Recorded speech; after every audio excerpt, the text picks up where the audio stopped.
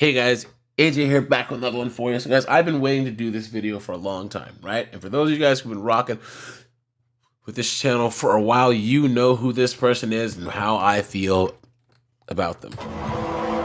This knucklehead, this dolt, this moron has a one-woman crusade against any and all TCAP style online predator stings, right? Because she says it's not fair because her knuckleheaded dense moronic son got caught up in one because he was just so ignorant of the whole thing, right? Please.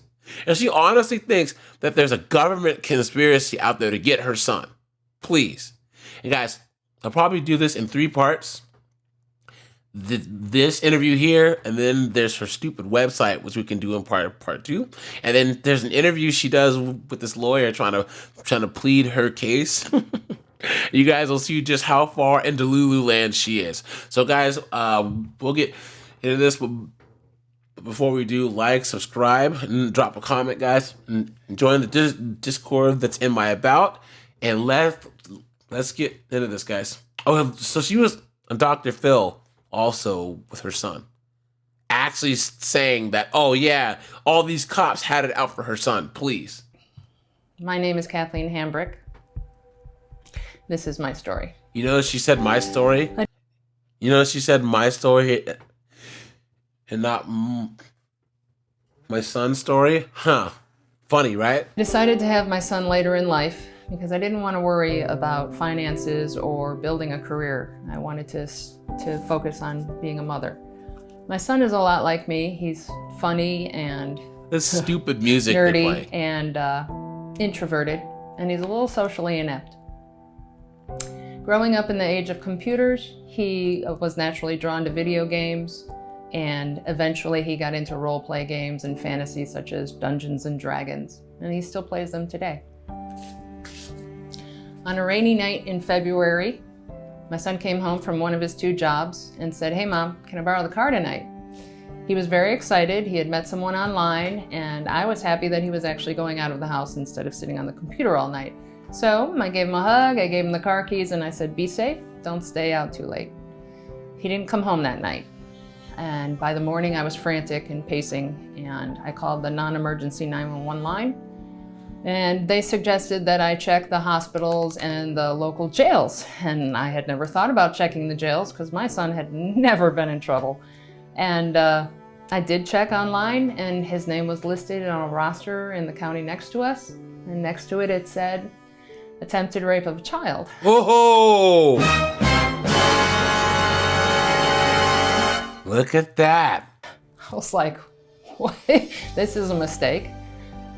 So after I bailed him out and got him home, he told me what really happened. He said that he had gone on to Craigslist looking for a date or a one-night stand, and he had run across an ad that said gamer girl. Of course, that was a real big draw for him. And he started chatting with this woman, and a few sentences into the conversation, she said, "I'm 13. There it is, right there. Now guys, for most normal people, you're chatting with anyone and they say that they're 13, guys, you get out of there, right? You say, look, and get out of there, right? Come on, man. Come on. And his reply to her was, "What do you mean you're 13? You're on an adult site. Do you mean 23? And, well, she didn't actually answer him. All she said was, "I like college guys." And he kept talking to him. So, being confused, he said he asked her to send him a picture. And she did, and the picture was of a 24-year-old woman. So he kind of just thought she was playing a fantasy role play, which is something he did all the time. So he proceeded to continue to talk to her, and an hour and a half later, she again says, "I'm 13. By this There it is, guys. She said it twice. point, he knows he's talking to an adult. You can tell a lot of things when you talk to someone for an hour and a half. And this was all text messages.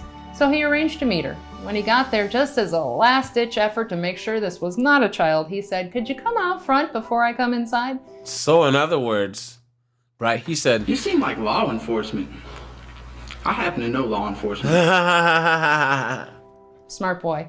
She Smart did come boy. out front. He was absolutely right. It was an adult female, the female from the picture. He walked inside and he was arrested for attempted rape of a child.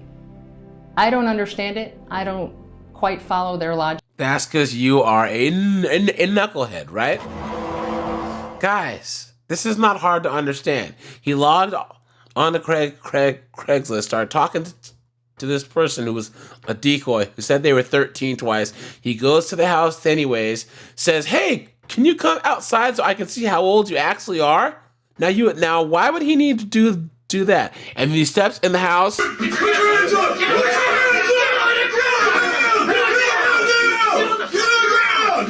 You know what I'm saying? But that's what happened. In the state of Washington, the charge of attempted rape of a child, when you have no prior criminal record, will get you 6 to 10 years with lifetime probation and lifetime parole. Seems a little harsh, but that's what it is. Seems a little harsh. There was no investigation done into whether my child was actually looking for another child or not. Because it's so obvious. Nobody came to the house, nobody looked through his things, nobody tried to... Guys, she said it wasn't obvious, investigation to see if my child was looking for another child. This kid was in his 20s. This guy, he was like 20 or 21. He's not a kid. So you see where this knucklehead's reasoning is. She has this weird obsession with her son, right? Where she just sees him as this, itty bitty wumpkins, right? To find other potential victims if he was this monster that they said he was. But the judge didn't care about any of that. All the judge heard was 13. He didn't care that he was sent a picture of an adult. He didn't care that he had asked the woman to come out front and it was an adult woman. He didn't care that he was on an adult site. The judge didn't care at all.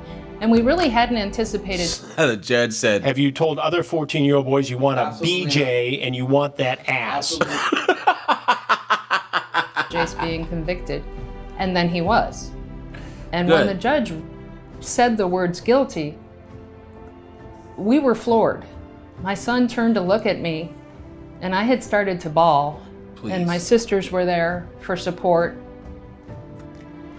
And my son broke down, and I saw my son break down. And he came to me, and I hugged him, and I rubbed the back of his head, which is something I've always done. He's in his 20s. I rubbed the back of his head and clutched him to my bosom. Right? And guys, look, no tears in her eyes. None.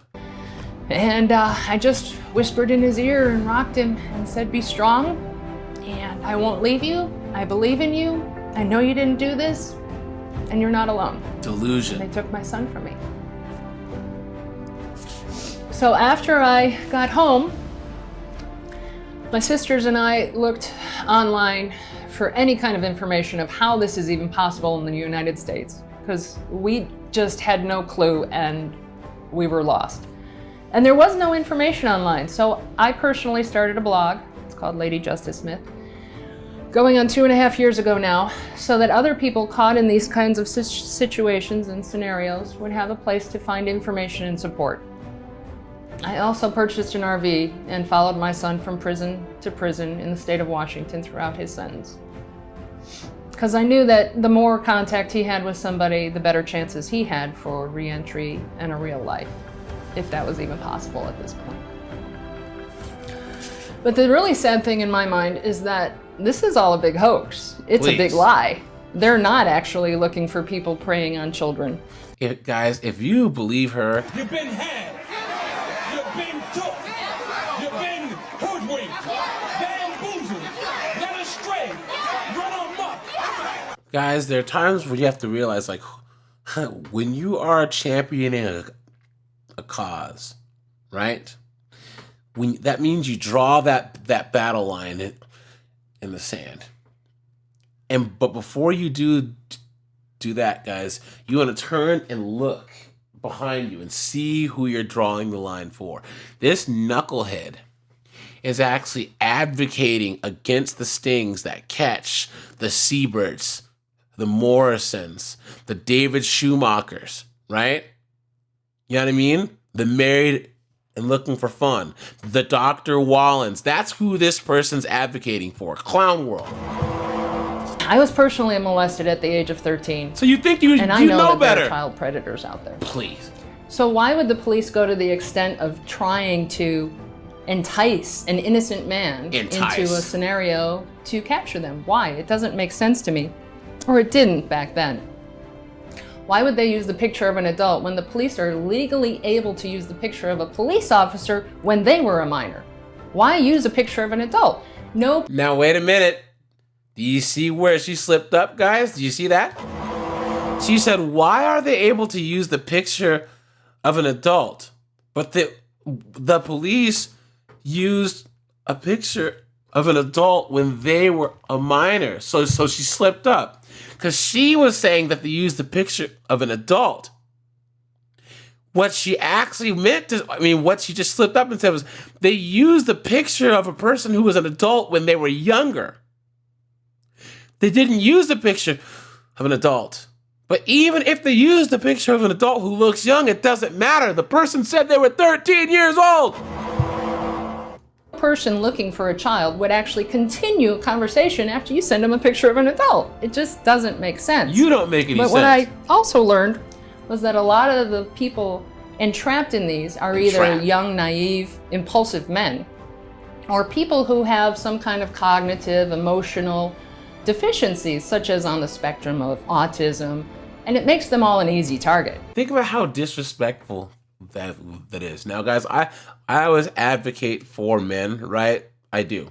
But guys, no. There are no young, naive dudes who get entrapped into talking to a 13-year-old clown world.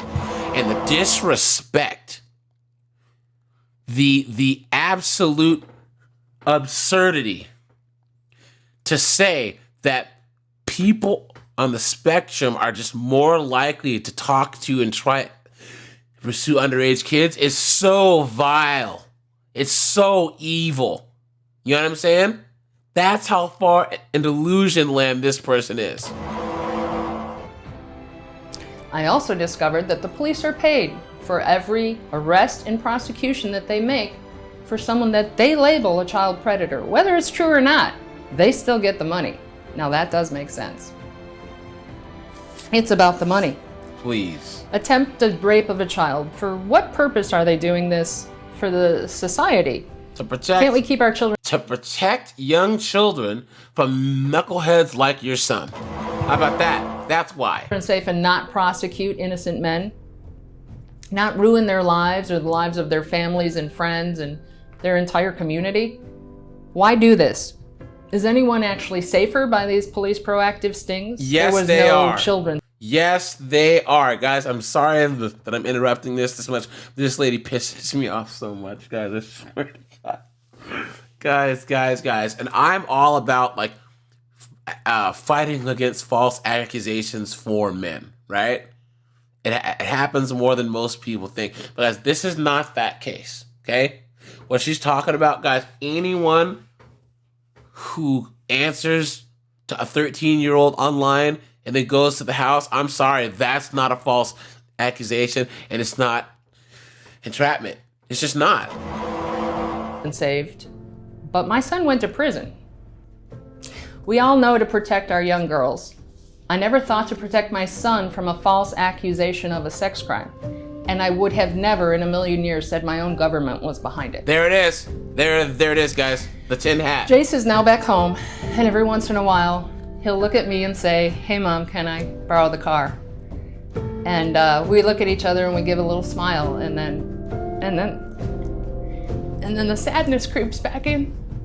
And I hug him, and I rub the back of his head, and I say, "Be careful," because we now know what can happen, and we will never be the same. And that is my story. Please, guys, we can sum up her whole argument, right? It's just talking.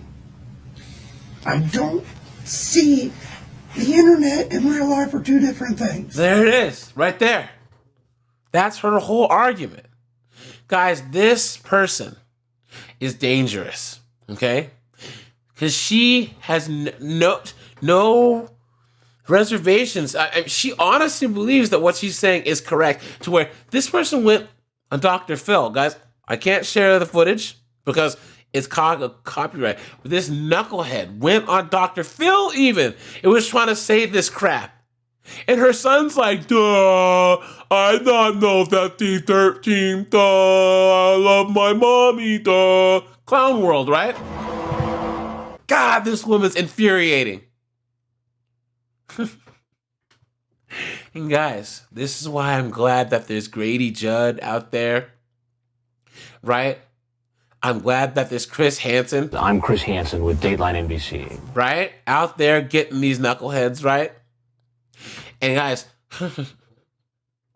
this chick thinks that she's fighting this fight and that she's this crusader. And guys, there's a type of narcissism.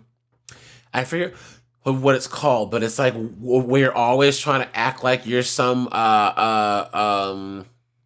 person carrying this burden, and you're this person that's like, you know, throwing yourself on, you know what I'm saying, dragging yourself across broken glass, and you're this martyr, right? I think that's what this person has here. Honestly, I honestly think so. Her level, her ego, the way that she exalts herself, and you'll see on the next time when I pull up her website, guys, it's crazy, right? This is not about her son. This is about her. It's crazy. Even once she ended with, "This is my story," right? Why didn't she have her son up there? Duh, my name is Chase, duh.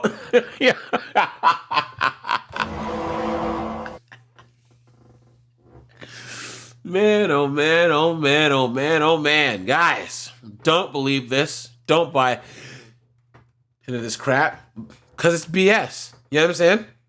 It is. You cannot trust people like this. You just can't. Absolutely insane. Guys, let me know what you think, okay? But all right, you guys, this is AJ. I appreciate you guys, and I'll catch you guys in the next one. Have a good one, guys.